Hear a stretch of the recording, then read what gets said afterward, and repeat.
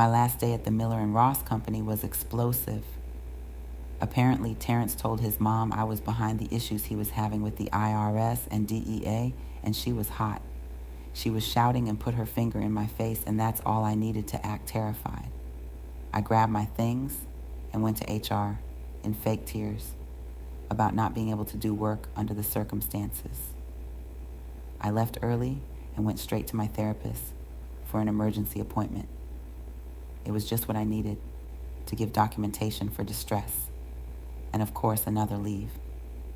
I went home and decided to enjoy my weekend with James. This time, instead of going to the Miller and Ross Company building, I emailed all the paperwork because I just couldn't go back there because I didn't feel safe. I walked around my house listening to music, dancing, and drinking wine. I was just about to witness the climax of my plan, but I didn't know how it was going to display itself to me. Later that night, I get the serious call from James. The office building burned down during the early morning, and he had been with the police and Terrence all day. Apparently, the firefighters deemed faulty wearing as the cause, but Terrence insisted that I had something to do with it. He just sounds crazy at this point. The girl you cheated on that moved on and your mama harassed to the point of having to see a therapist and take a leave of absence pulled some elaborate scheme. Lol. I pulled my acting hat out of my bag with saying, "OMG, what? Are y'all okay? Give me my Oscar today, you hear me? Right now."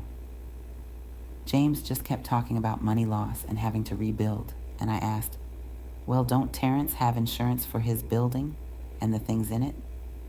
James went on to tell me, Terrence called the insurance company to start the claim process, but the company stated they had no record of Terrence, the company, or even an account. All I could muster was, "Really?" I rushed James off the phone so I could laugh how I wanted to. I screamed because James had no clue that Tony hacked systems and Ace did the wiring.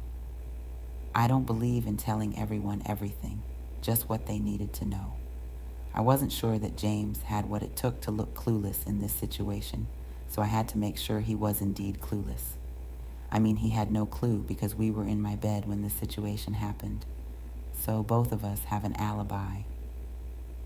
After that loaded call, I texted Tony and Ace, "Honey."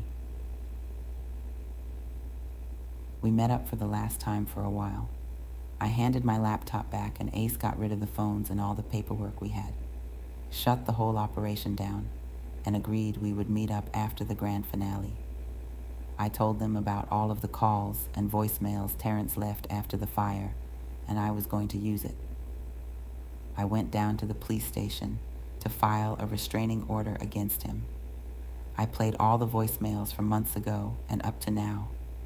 They printed out the text messages and all. The clerk felt so bad for me because he sounds so violent. So what does Natasha do next? I waited out. No evidence about a thing, but I know once the police can't find something on their own, they will look into Terrence's suspicion.